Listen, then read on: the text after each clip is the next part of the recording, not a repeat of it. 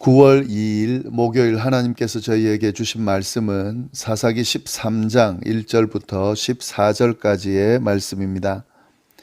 이스라엘 자손이 다시 여호와의 목전에 악을 행하였으므로 여호와께서 그들을 40년 동안 블레셋 사람의 손에 넘겨주시니라. 소라 땅의 단 지파의 가족 중에 마누아라 이름하는 자가 있더라. 그의 아내가 임신하지 못하므로 출산하지 못하더니 여호와의 사자가 그 여인에게 나타나서 그에게 이르시되 보라, 내가 본래 임신하지 못하므로 출산하지 못하였으나 이제 임신하여 아들을 낳으리니 그러므로 너는 삼과 포도주와 독주를 마시지 말며 어떤 부정한 것도 먹지 말지니라. 보라, 내가 임신하여 아들을 낳으리니 그의 머리 위에 삭도를 대지 말라. 이 아이는 태에서 나옴으로부터 하나님께 바쳐진 나실인이 됨이라.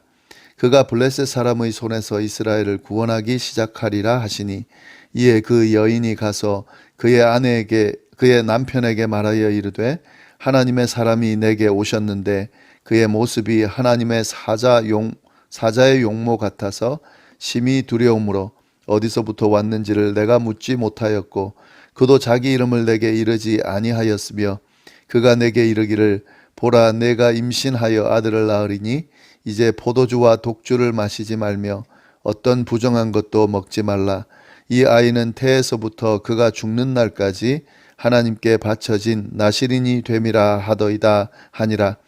마누아가 여호와께 기도하여 이르되 주여 구하옵나니 주께서 보내셨던 하나님의 사람을 우리에게 다시 오게 하사 우리가 그 낳을 아이에게 어떻게 행할지를 우리에게 가르치게 하소서 하니 하나님이 마누아의 목소리를 들으시니라. 여인이 밭에 앉았을 때에 하나님의 사자가 다시 그에게 임하였으나 그의 남편 마누아는 함께 있지 아니한지라. 여인이 급히 달려가서 그의 남편에게 알리어 이르되 보소서, 전일에 내게 오셨던 그 사람이 내게 나타났나이다 하매 마누아가 일어나 아내를 따라가서 그 사람에게 이르러 그에게 묻되 당신이 여인에게 말씀하신 그 사람이니까 하니 이르되 내가 그로다 하니라. 마누아가 이르되 이제 당신의 말씀대로 되기를 원하나이다. 이 아이를 어떻게 기르며 우리가 그에게 어떻게 행하리이까? 여호와의 사자가 마누아에게 이르되 내가 여인에게 말한 것들을 그가 다 삼가서 포도나무의 소산을 먹지 말며 포도주와 독주를 마시지 말며 어떤 부정한 것도 먹지 말고 내가 그에게 명령한 것은 다 지킬 것이니라 하니라. 아멘. 네, 오늘 본문 13장부터는 마지막 사사인 삼손에 대한 이야기가 나옵니다. 삼손에 대한 내용은 13장부터 시작해서 16장까지 4장에 걸쳐서 아주 길게 기록되어 있는데요. 이 내용은 3개의 단락으로 나누어 볼 수 있습니다. 13장은 나실인 삼손의 출생 이야기가 나오고요. 그리고 14장, 15장에는 삼손과 딥나 여인에 대한 이야기, 그리고 마지막 16장은 삼손과 가사의 들릴라에 대한 이야기가 나옵니다. 오늘 주어진 본문은 삼손의 출생 이야기 중에서요, 하나님의 사자를 통해서 삼손이 태어날 것이라고 하는 것을 알려주는 수태고지에 대한 내용이 나옵니다. 그 내용을 함께 살펴보도록 하겠습니다. 사사 입다가 죽은 후에 사사기 패턴대로 이스라엘 백성은 또 하나님 앞에서 악을 행하게 됩니다. 그래서 하나님께서 그들을 다른 나라의 손에 넘겨주시게 되는데요. 그 내용이 1절에 나옵니다. 이스라엘 자손이 다시 여호와의 목전에 악을 행하였으므로 여호와께서 그들을 40년 동안 블레셋 사람의 손에 넘겨주시니라. 이스라엘 자손이 다시 사사 압돈이 죽고 나니까 여호와의 목전에서 악을 행했다. 그래서 하나님께서 그들을 블레셋 사람의 손에 넘겨주셨다 하는 거죠. 그런데 그 기간을 보면 40년 동안 블레셋 사람의 손에 넘겨주셨다 이렇게 되어 있습니다. 이 40년이라고 하는 기간은 사사기에 기록된 이스라엘을 징계하던 그 기간 중에서 가장 긴 기간입니다. 이는 이스라엘이 그만큼 큰 범죄에 빠져 있었다는 것을 나타내 보여주는 것이라 볼 수 있는데요. 그런데도 여기서 보면은요, 이렇게 이스라엘 백성들이 큰 죄에 빠져서 40년 동안이나 블레셋 사람의 손에 넘겨져서 압제를 당했음에도 불구하고 부르짖는 내용이 없습니다. 하나님께 부르짖는 내용, 구원해 달라고 부르짖는 내용이 없습니다. 예, 완전히 이스라엘 백성들이 하나님을 좀 떠나 찾지도 도움을 요청하지도 않고 있다는 것을 우리가 볼 수가 있는데요. 그만큼 이 삼손이 나타나기 전 그때 이스라엘 상황이 이렇게 하나님 앞에 범죄함으로 아주 떠나 있는 그런 모습을 볼 수가 있습니다. 예, 계속해서 그 사사들 내용을 쭉 살펴보면서 이스라엘이 하나님 앞에 점점 더 악한 모습으로 그렇게 있는 것을 우리가 쭉 봐왔는데요. 결국 지금 이 모습은 하나님을 아예 떠나 있는 모습, 예, 하나님을 찾지도 않고 도움을 요청하지도 않고 있는 그런 모습을 볼 수가 있습니다. 그만큼 타락되어 있다는 것을 볼 수 있는데요. 그런데 이스라엘이 이렇게 하나님께 부르짖지 않았음에도 불구하고 하나님께서는 그들을 위한 구원 계획을 세우시고 그 구원 계획을 이행해 가십니다. 이게 지금 삼손, 마지막 사사 삼손이 등장하기 전에 특징이에요. 이스라엘을 구원할 사사 삼손을 하나님께서 준비시키는데요. 먼저 그 삼손의 등장을 예고하는 그런 수태고지의 내용이 나옵니다. 2절 보시면은 소라 땅에 단 지파 가족 중에 마누아라 이름하는 자가 있었는데 그의 아내가 임신하지 못함으로 출산하지 못했다. 마누아란 사람이 있었는데요. 그의 아내가 임신하지 못했다. 아이를 가지지 못했다 하는 거죠. 근데 그녀에게 여호와의 사자가 찾아갔다. 3절 여호와의 사자가 그 여인에게 나타나서 그에게 이르시되 보라 내가 본래 임신하지 못함으로 출산하지 못하였으나 이제 임신하여 아들을 낳을 것이다. 임신하지 못하고 있는 마노아의 아내에게 하나님의 사자가 나타나서 임신할 것이다. 그리고 임신할 뿐만 아니라 아들을 낳을 거다. 이렇게 알려주는 내용이 나옵니다. 그러면서 규칙을 좀 알려주시는데요. 그렇게 아들을 낳을 건데 아들을 낳기까지 너는, 그러니까 이제 마노아의 아내죠, 포도주와 독주를 마시지 말고 어떤 부정한 것도 먹지 말아라. 그리고 또 한 가지 더는요, 네가 아들을 낳을 건데 그 아이의 머리에 삭도를 대지 말아라. 예, 이걸 명령을 해 주십니다. 이것은 지금 나실인 규정이죠. 민수기 6장에 나오는 나실인은 이제 하나님께 구별되어 드려진 사람을 의미하는데 그 지금 나실인 규정을 이야기하고 있습니다. 그러니까 지금 이 태어날 아기가 하나님이 구별하셨다는 그런 의미가 이 안에 있는 거죠. 그래서 이 아이를 가진 마노아의 여인도 구별된 기간을 보내야 되고 그리고 태어날 아이는 아예 구별된 나실인으로서 평생을 살아야 된다라고 하는 규정을 알려주십니다. 예, 여기서 그 나실인 규정, 민수기 6장에 나오는 규정을 보면은요, 어떤 사람이 나실인이 돼서 내가 그 기간 동안 하나님 앞에 구별되어 좀 시간을 보내야 되겠다 하면은 그때 규정이 이겁니다. 포도주나 독주 마시지 말고 어떤 부정한 것도 먹지 않고 머리에 삭도를 대지 않는 그런 규정이 있는데요. 그런데 그 기간이 끝나면 나실인 기간이 끝나면 다시 먹고 머리를 깎고 할 수가 있습니다. 그런데 여기서 이 아이 태어날 아이에게는 아예 머리에 삭도를 대지 말라고 하는 거 보니까 이 사람은 완전히 평생 동안 나실인으로 살아야 한다는 것을 우리가 알 수가 있습니다. 왜 그런가 하면은요, 5절 말씀 보시면은 보라 내가 임신하여 아들을 낳으리니 그의 머리에 삭도를 대지 말아라. 나실인으로 구별하라는 거죠. 이 아이는 태에서 나옴으로부터 하나님께 바쳐진 나실인이 됩니다. 그가 블레셋 사람의 손에서 이스라엘을 구원하기 시작하리라 하시니, 그러니까 하나님께서 아예 태에서부터 구별해서 나실인으로 세우셨다는 거죠. 왜? 블레셋 사람의 손에서 이스라엘을 구원할 구원자로서 세우기 위해서 하나님이 이렇게 구별했다. 그러니까 나실인으로서 평생 동안 이 구별된 사람으로 살아야 된다. 머리에 삭도를 대면 안 된다. 머리를 깎으면 안 된다. 예, 그 이야기를 알려줍니다.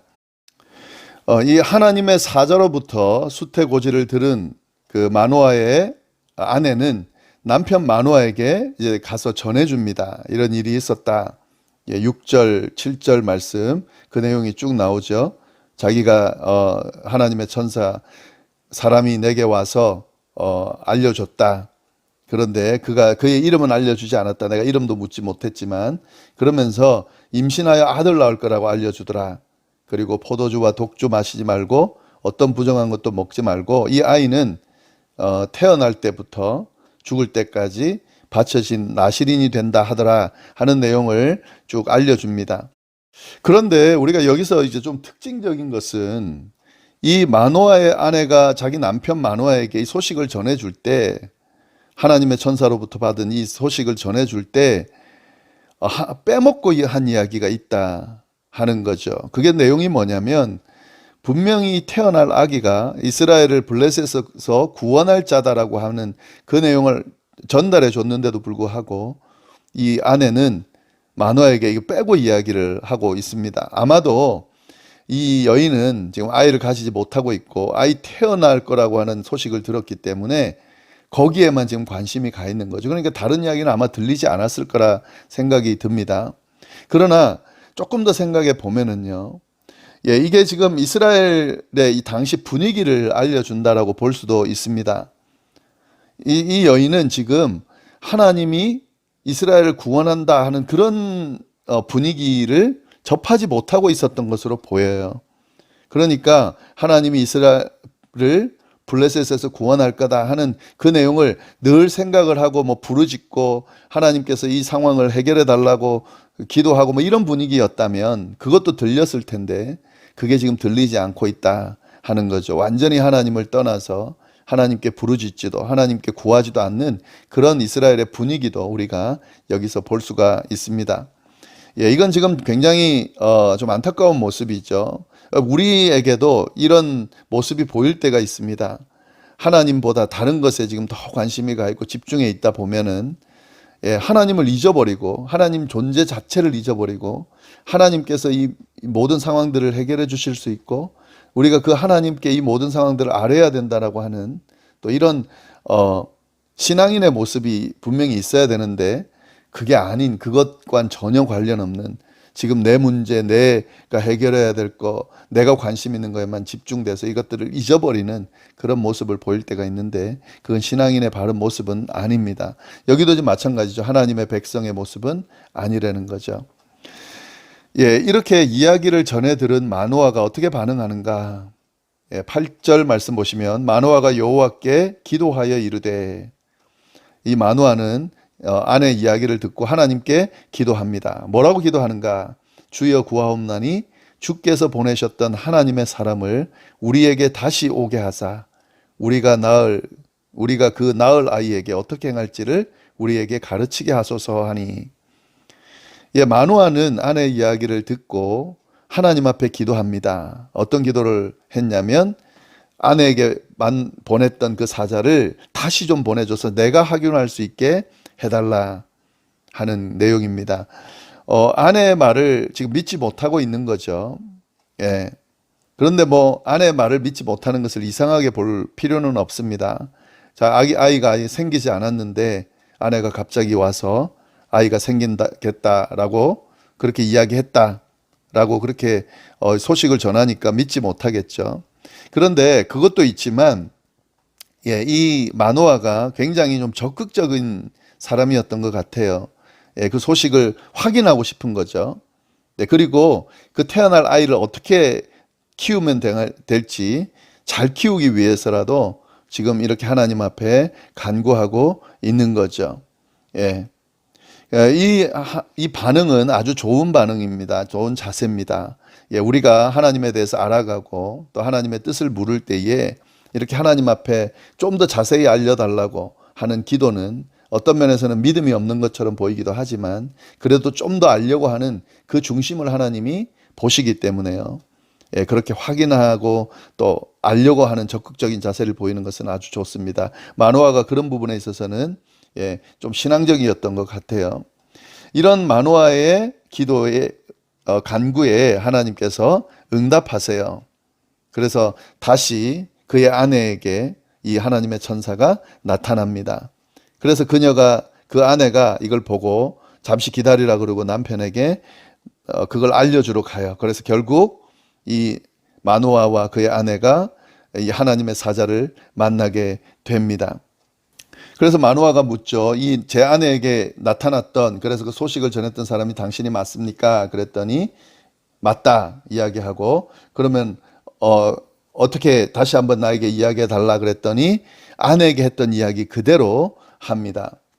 13절 여호와의 사자가 마노아에게 이르되 내가 여인에게 말한 것들을 그가 다 삼가서, 그러니까 여인에게 말한 그 내용이 맞다는 거죠. 그걸 지키라는 거죠. 그래서 태어날 건데 그때에 여인에게 말한 것을 다 삼가라. 근데 여기서는요, 그가 다 삼가라 이래서 태어날 그 아기가 아예 나실인의 모습으로 그렇게 살아야 될 것을 알려줍니다. 이전에는 그 여인에게, 아내에게 나타날 때는 그 아내가 포도나무의 소산 먹지 말고 포도주와 독주 마시지 말고 어떤 부정한 것도 먹지 말라. 그리고 태어날 아이는 머리 깎지 말아라. 그렇게 이야기를 했는데 지금 여기에는 그 태어날 아기에게 이야기를 합니다. 포도나무의 소산 먹지 말고 포도주와 독주 마시지 말고 어떤 부정한 것도 먹지 말고 그에게 명령한 것은 다 지킬 것이다. 아마 여기 빠져 있지만 머리에 삭도를 대지 말라고 하는 것도 여기에 들어가 있겠죠. 네, 이렇게 해서 이제 삼손이 태어날 텐데요. 이 지금 모습을, 오늘 내용을 보면서 이 이스라엘의 범죄가 극심하다라고 하는 것과 이런 범죄한 이스라엘을 향한 하나님의 구원의 손길이 섬세하고도 구체적으로 진행되고 있다는 것을 볼 수가 있습니다. 아직까지 완전히 이스라엘이 하나님의 심판의 대상에 오르기 전까지 하나님의 백성으로서 하나님이 그들의 악함에도 불구하고 끊임없이 구원하시고 또 다시 일으키시고 세우신다는 것을 알 수가 있습니다. 이것이 하나님의 마음이에요. 그리고 그 하나님의 구원의 손길은 아주 섬세하면서도 구체적으로 진행된다는 것을 알 수 있습니다. 결국 이러한 하나님의 모습은 결국 예수 그리스도를 통해서 구원하시는 그 구원의 계획으로 완전히 완성이 되죠. 가장 극치에 이르는 하나님의 그 구원의 계획이 이제 이루어지는데요. 이 삼손을 통해서 이루어지는 이 내용을 보면서 우리가 그렇게 연결해서 또 볼 수도 있겠습니다. 말씀 다시 한번 좀 잘 보시면서 정리하시면 좋겠습니다. 기도하겠습니다. 하나님 아버지, 이제 오늘 또 삼손의 이야기로 하나님의 음성을 들을 수 있도록 인도하시니 감사합니다. 이 이야기들을 쭉 우리가 공부해 나갈 때에 정말 하나님이 이스라엘을 향하여 하시는 그 말씀이 오늘 우리에게 동일하게 들려져서 정말 하나님 앞에 바로 서는 우리의 모습이 될 수 있도록 인도하여 주옵소서. 오늘 하루 허락하심에 감사합니다. 하나님, 오늘 하루도 하나님께서 허락한 귀한 날이오니 정말 귀하게 은혜롭게 주님과 동행하면서 잘 보낼 수 있도록 인도하여 주옵소서. 함께해 주심에 감사드리고 예수님의 이름으로 기도드립니다. 아멘.